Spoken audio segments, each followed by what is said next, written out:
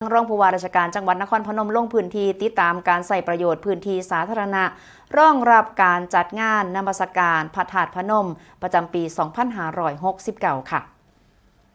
ที่ห้องประชุมชั้น 3 เทศบาลตำบลถาดพนมอำเภอถาดพนมจังหวัดนครพนม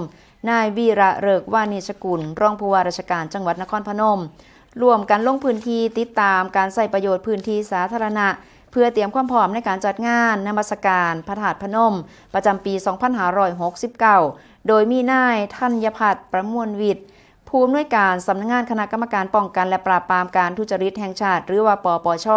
ประจำจังหวัดนครพนมนายอำเภอถาดพนมผู้บริหารเทศบาลตำบลถาดพนมเจ้าหน้าที่ตำรวจกรรมการวัดพระธาตุพนมและก็หน่วยงานผู้ที่มีส่วนเกี่ยวข้อง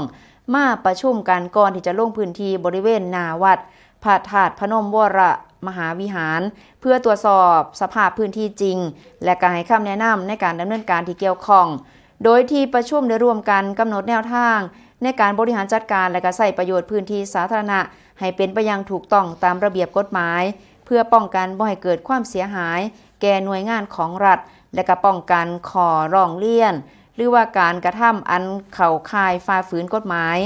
โดยเฉพาะอย่างยิ่งงานนมัสการองค์พระธาตุพนมซึ่งก็เป็นงานประเพณีที่สำคัญประจำปีของจังหวัดนครพนมและก็ของประเทศเพื่อให้การจัดงานเป็นไปด้วยความเรียบร้อยโปร่งใส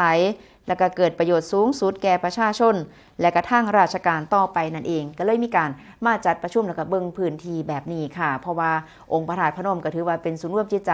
ของพี่น้องคนไทยและก็ทางสปป.ลาว